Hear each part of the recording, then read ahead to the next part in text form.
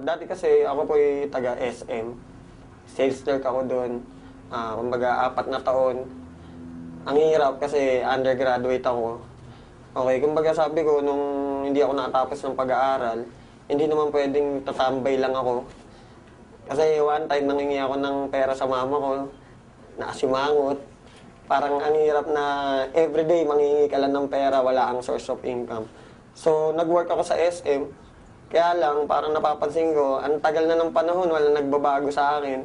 Dumating yung time na yung escalator na dinadaanan ko, yun lang lagi. 3 taon na, 4 na taon na, wala nagbabago.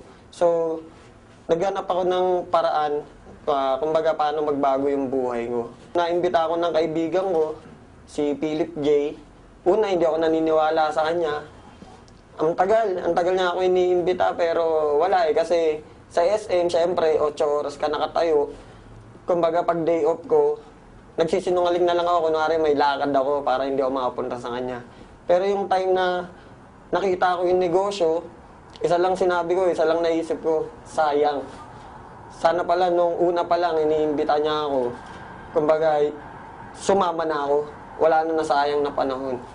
Kasi may nangyari sa akin, kaya ako kailangan pa ng dahilan para sumama ako sa kanya. Kasi last year, okay, nagka-baby ako.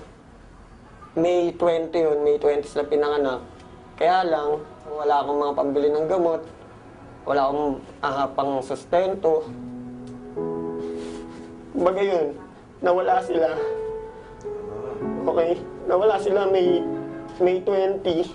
Libing nila May 21, yun yung birthday ko. Kaya yun nangyari sa akin. Iniimbitan niya na ako noon before. Hindi ako sumasama. Pero nung nangyari yun, nawala yung 2 kong anak, kambal yun. Sabi ko hindi pwedeng maulit yan sa akin kasi sabi ko nga magulang mo mag-abroad, masakit para sa'yo, di ba? Anak mo pa kaya, ilibing mo sa araw ng kaarawan mo. Sobrang sakit. Sobrang pag naalala ko yun. Isa lang sinasabi ko, buti na lang ngayon, kaya ko na.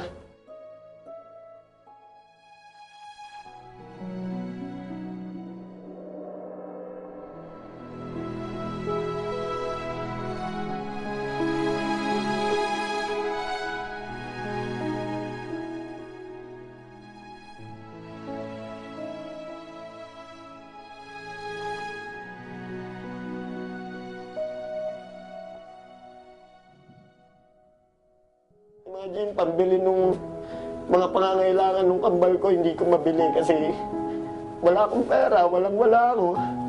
Kaya ngayon, nandito ako. Sabi ko, hindi na mauulit yun. Kaya ngayon, sumama ako sa V-Mobile para hindi na maulit yung mga dati nangyari sa akin. Alam mo yung walang-wala ka, trinabaho mo, pagsahod mo, bus ka agad, alam mo yun, parang bayad utang lang, trabaho, bayad utang ka, wala nangyayari. Kaya nung dumating yung nangyari sa akin na yun, sobrang sakit. Parang wala akong magawa. Sinabi sa akin ng mga doktor, wala daw pag-asa kasi 6.5 months, pero hindi naman ganun eh. Sinabi lang nila yun para wag ako masaktan. Ngayon, masasabi ko, umikot talaga yung buhay ko.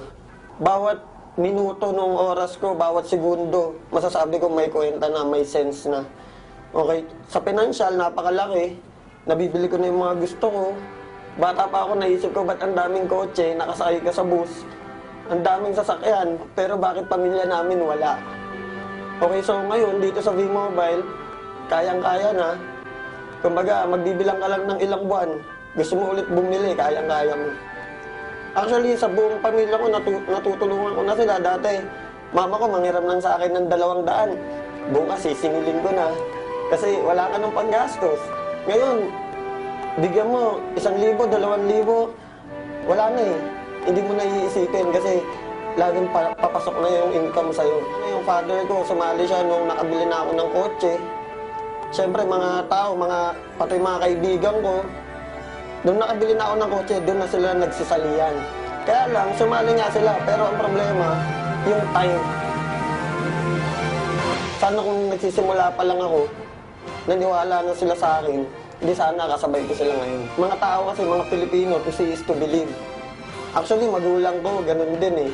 Nung sinabi ko sa kanila yung negosyo, inintay pa nila na magka-resulta ako. Ayaw pa nga ako pag-resignin ng mama ko sa SM kasi sayang daw yung 13th month. Ma-advise ko lang, magtiwala ka.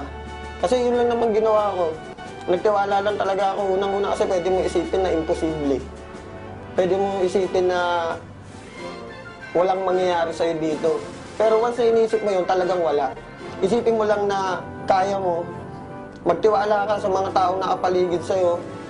Ako, sobrang laki ng papasalamat ko sa mga grupong nakapaligid sa akin. Techno Royal, Prestige, Triad, okay sila Martin, Elite.